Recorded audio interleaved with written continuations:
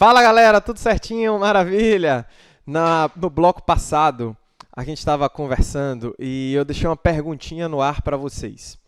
Veja lá, é possível que o filho ele seja responsabilizado por uma atitude, por um ato praticado pelo pai, o pai sendo um servidor público, já sendo falecido? Vamos lá, pense comigo aqui, ó.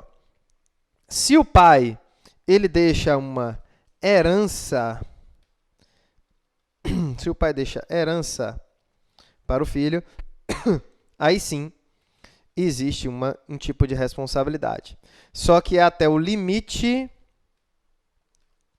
do valor da herança. Até o limite do valor da herança. Então, qual é a regra? Professor, a regra é a seguinte, ó. Regra, meu amigo, não responde. Agora, se o pai tiver praticado um ato que será punível disciplinarmente e essa punição ela for financeira, o filho responderá pela responsabilidade ou pelo prejuízo que o pai causou à administração? Sim, caso ocorra uma herança limitada ao valor dessa própria herança. Lembre-se, a responsabilidade, quando a gente fala do tema da responsabilidade do servidor público, a responsabilidade ela pode ser civil, penal e ela pode ser também administrativa. A responsabilidade civil, financeira. A responsabilidade penal, criminal. E a administrativa, uma responsabilidade funcional. Beleza. Dentro dessa responsabilidade aqui, você sabe que cada esfera dessa, ela tem a sua independência. Cada esfera tem a sua independência. Mas o que você não pode esquecer é o seguinte: apesar de cada um ter a sua independência, existe um detalhe aqui que você tem que se lembrar. A responsabilidade do servidor, como já vimos antes, no artigo 126, ela é afastada quando houver absolvição criminal. Já o artigo 126A, ele vai falar um detalhe para você. O servidor não pode ser responsabilizado. Não pode ser responsabilizado. Não pode ser responsabilizado por dar ciência de irregularidade. Então, o servidor público ele não pode ser responsabilizado por dar ciência de irregularidade. Isso é o que diz o artigo 126A. 126A vai dizer o seguinte: servidor público ele viu irregularidade. É dever do servidor, quando vê uma irregularidade, ele denunciar ou ele, então, dar ciência às autoridades competentes, é claro, para a apuração daquele fato, daquela irregularidade, para que elas realmente tomem todas as providências cabíveis. Beleza. O servidor foi lá e deu ciência ao chefe dele de uma ocasião que aconteceu na administração. Chefe, aconteceu isso, isso e isso. Você já pensou se o chefe vira para o servidor e fala assim: ah, foi mesmo, aconteceu isso? Quem mandou você entregar aos outros? O seu espírito de solidariedade está aonde? Você está punido. Vou lhe dar uma advertência, vou lhe dar uma suspensão. Eu vou lhe demitir porque você fez isso.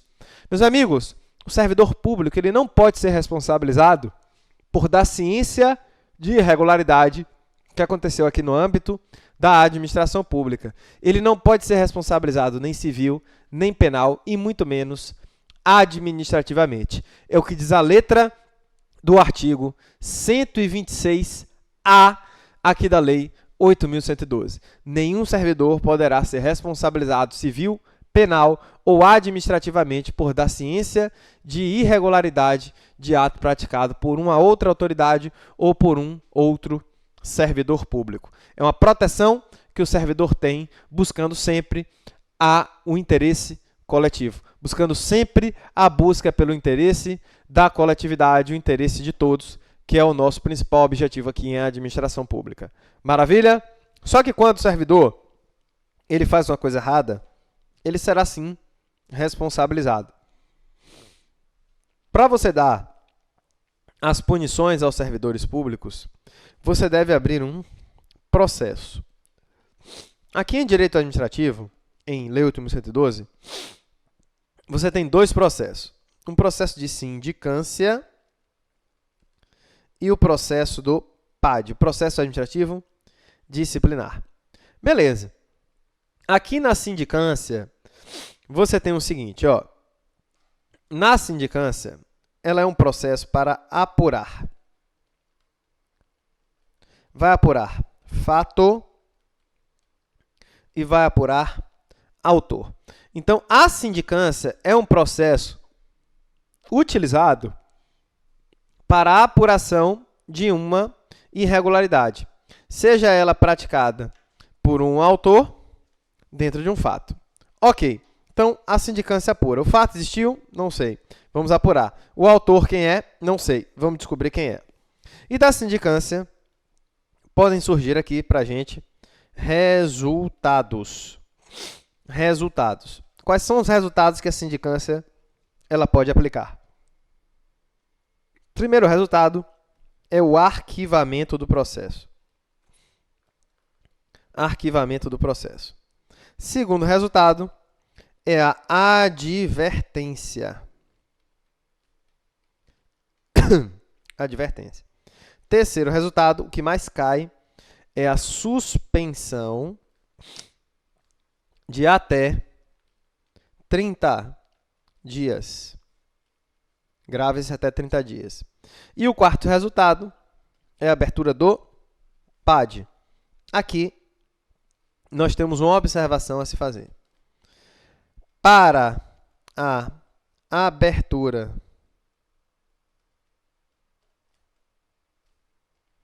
do PAD,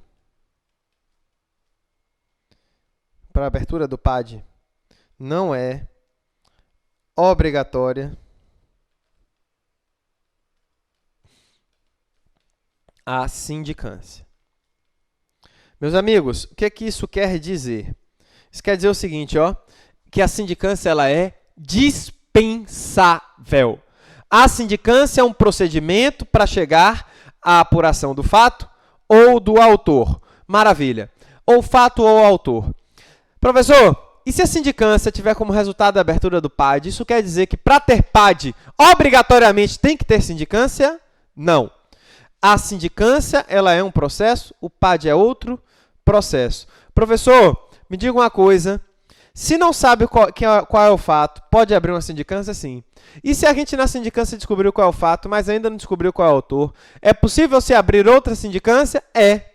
Para chegar à abertura de um PAD, pode ser também que tenha a abertura de duas sindicâncias, uma para o fato e uma para o autor. Mas se o fato já for conhecido e o autor também, é obrigatória a presença da sindicância antes de se abrir o PAD? Não.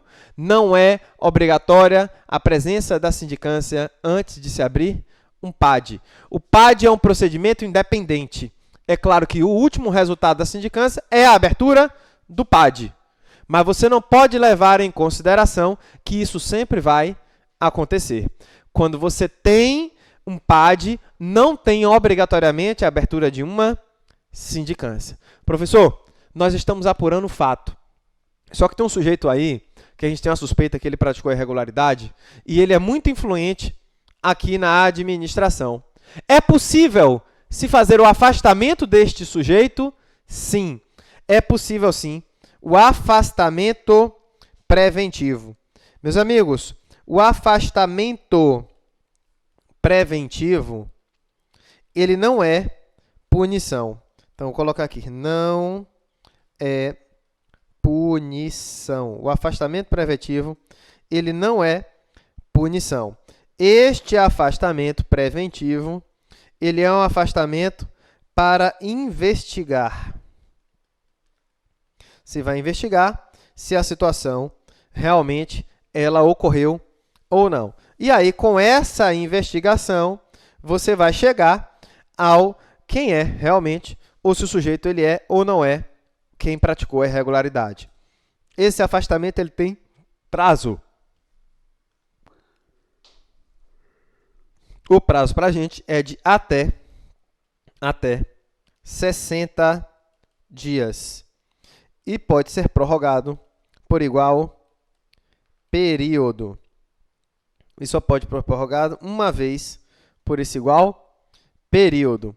Finalizado este período do afastamento, se ainda não foi concluída a investigação, não há como se prorrogar mais. Então, o período de afastamento é de até 60 dias, podendo ser prorrogado quantas vezes? Uma vez. Por quanto tempo mais? Igual período. Professor, se a administração afastou o sujeito por 50 dias, seria até 60, afastou por 50, pode prorrogar? Uma vez. Por quanto tempo? Mais 50 dias, ou seja, igual período. Se a administração afastou pelo máximo, pelos 60 dias, pode prorrogar mais uma vez, ou seja, por mais 60, ou seja, igual período. Findo este prazo, extinto este prazo, a administração não tem como mais estendê-lo, porque a lei não autoriza. Se você já deu o prazo, já prorrogou e mesmo assim não concluiu, o sujeito tem que voltar a trabalhar. Ah, professor, mas isso ele vai atrapalhar toda a negociação, ele vai afastar toda a investigação que vai acontecer e vai ser um horror. É a letra da lei, meus amigos. Para nossas provas, você tem que ficar esperto nisso. Afastamento é punição? Não. Afastamento tem prazo? Tem. Até quanto? Até 60 dias. Pode ser prorrogado? Sim. Uma vez só, por igual período. Mais do que isso, não pode não. Maravilha? Professor, se o afastamento, então, ele não é punição, se o afastamento não é punição, o servidor ele perde a remuneração? Não. Ou seja, ele continua sendo remunerado, e vamos colocar isso aqui no quadro. Não é punição, ou seja, ele fica com a sua remuneração. Porque se você tira a remuneração do servidor, você está punindo ele. E como o afastamento preventivo ele não é punição, o servidor permanece recebendo a sua remuneração. Tranquilos? Maravilha? Então, da sindicância, você tem que se lembrar justamente disso. Ó. A sindicância para apurar o fato, para apurar o autor, ela pode gerar arquivamento, ela pode ter uma advertência, né? Lembrando que os casos de advertência, suspensão também, previstos lá no artigo 117 da lei, o artigo 117 que traz para a gente uma série de punições, não é? O 117 diz que o servidor é proibido, e você tem aí os outros artigos também que vão trazer para a gente. Maravilha. E o PAD, que será um procedimento mais complexo aqui. Quando a administração ela resolve abrir o PAD, aquele afastamento que nós vimos aqui na tela, essa telinha agora aqui, ele também pode ocorrer no PAD. Ok. Quando a administração ela abre o PAD ela tem que se formar através de uma comissão. A comissão no PAD ela tem que ser formada por 3 servidores. Esses 3 servidores, eles são estáveis. Eles têm que ser estáveis. Os 3 servidores da comissão do PAD, eles devem ser estáveis, ok? Aqui no PAD, você tem o respeito, é claro, em todo o procedimento administrativo, dos princípios de defesa. Quais são os princípios de defesa? A ampla defesa, o contraditório e o devido processo legal. Então, esses são os nossos princípios de defesa. Você tem que ficar esperto para você não errar nenhum desses princípios de defesa, que é a matéria que até que a gente estuda lá no direito constitucional. Maravilha. Esta comissão da gente, composta por 3 servidores que são estáveis. Olha só, além deles serem estáveis, eles devem ter o mesmo nível hierárquico, ou então nível de escolaridade superior. Então, veja só, o nosso artigo 149, ele vai dizer isso para a gente. O nosso processo disciplinar, ele será conduzido por uma comissão composta por 3 servidores, sendo esses 3 servidores estáveis, e indicará dentre eles seu presidente, que será ocupante de cargo efetivo superior, ou de mesmo nível, ou de nível de escolaridade igual ou superior. Então, dentro desses 3, o presidente da comissão, ele deve ter nível igual ou superior. Igual ou superior. Maravilha? Para vocês não esquecerem isso não. Importantíssimo, costuma ser questão de prova. E aí, aqui na sindicância, você tem o seguinte, ó. Aqui na sindicância não, aqui no PAD, você tem também resultados. Resultados. Quais são os resultados aqui do PAD? Resultados são os seguintes, ó. Arquivamento. Já conhecem esse, né? Arquivamento. Você tem a suspensão. Você tem a suspensão.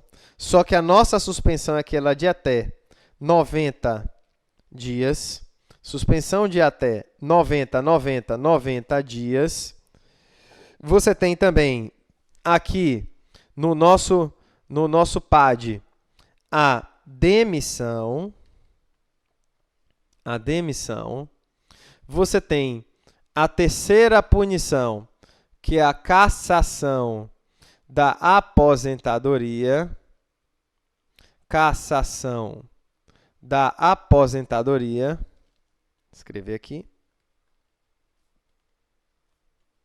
Da aposentadoria. E a destituição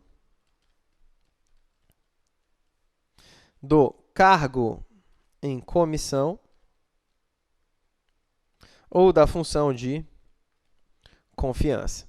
Então, você tem essas penalidades disciplinares a serem aplicadas aqui no nosso PAD. Beleza? Só que lembre-se, a nossa suspensão, aquela de 90 dias, na medida em que o afastamento é de até 60 e a suspensão na sindicância é de até 30. Então, não esquece esses detalhes não, que são detalhes importantes aqui para a gente no dia da nossa prova.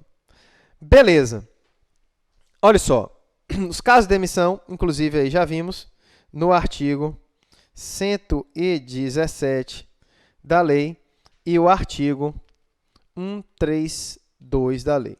O servidor será demitido por uma série de hipóteses, nós já vimos elas aí nos nossos objetos de estudo. A cassação da aposentadoria, ela acontece da seguinte forma, ó. Quando é que você tem cassação da aposentadoria? A cassação da aposentadoria ela vai acontecer quando o ato praticado pelo servidor ele ocorrer quando ele estava na atividade. Então, olha só. O fato de eu me aposentar afasta qualquer possível irregularidade a ser aplicada? Não, não afasta não. O fato de eu me aposentar impede a abertura, por exemplo, de um PAD? Não, não impede não. Por quê? Porque quando o sujeito praticou irregularidade, ele estava na atividade. Olha só, se fosse para pensar desse jeito, você ia pensar assim, ó, vou me aposentar amanhã. Vou roubar o que eu puder hoje, ninguém vai descobrir, amanhã eu me aposento, não tem PAD. Então, não é assim que a gente tem que raciocinar aqui para a nossa matéria. O PAD, ele vai ser aberto? Vai. Mesmo com o servidor aposentado? Sim. Se ele praticou a irregularidade quando estava na atividade. Então, veja, a cassação da aposentadoria, ela vai apurar aqui irregularidade quando o servidor estava na atividade. Quando ele estava na atividade, aí sim, meus amigos, se o sujeito estava na atividade, pode haver a apuração da irregularidade dele. Então, vamos nessa. Ó. O sujeito ele no dia 1º de fevereiro praticou um ato aqui de corrupção. Você sabe que a corrupção é um ato que é punível com demissão. Maravilha. O sujeito, 1º de fevereiro, praticou e no dia 10/3, ele requeriu a sua aposentadoria, porque ele já tinha o tempo para se aposentar. Não aposentadoria por idade, mas sim uma aposentadoria por tempo de serviço. Show de bola. Ele ficou temeroso, pediu logo sua aposentadoria. E aí a administração seguiu. E no dia 20/6, a administração pública resolveu abrir um PAD para apurar essa irregularidade que o servidor praticou quando ele estava na atividade. Suponha que a decisão do PAD ela saiu no dia 1/9. Suponha. Beleza. No dia 1/9, a decisão não pode ser pela demissão.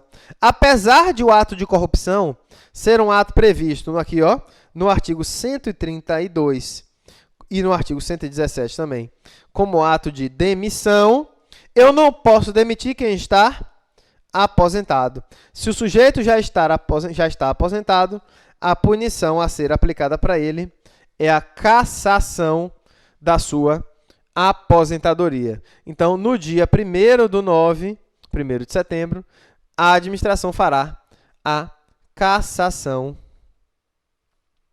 da aposentadoria deste sujeito que ele praticou o ato de corrupção no dia 1º de fevereiro, quando ele estava, inclusive, na atividade. Lembre-se, a cassação da aposentadoria, ela exige que o ato seja na atividade. Se o sujeito já estava aposentado e praticou um ato, aí a gente pode apurar outro tipo de responsabilidade, ou civil ou criminal, mas responsabilidade funcional não pode ser aplicada por enquanto para ele, não. Entenda que a cassação da aposentadoria ela vai ocorrer nestas hipóteses. Maravilha. Olha aí, ó.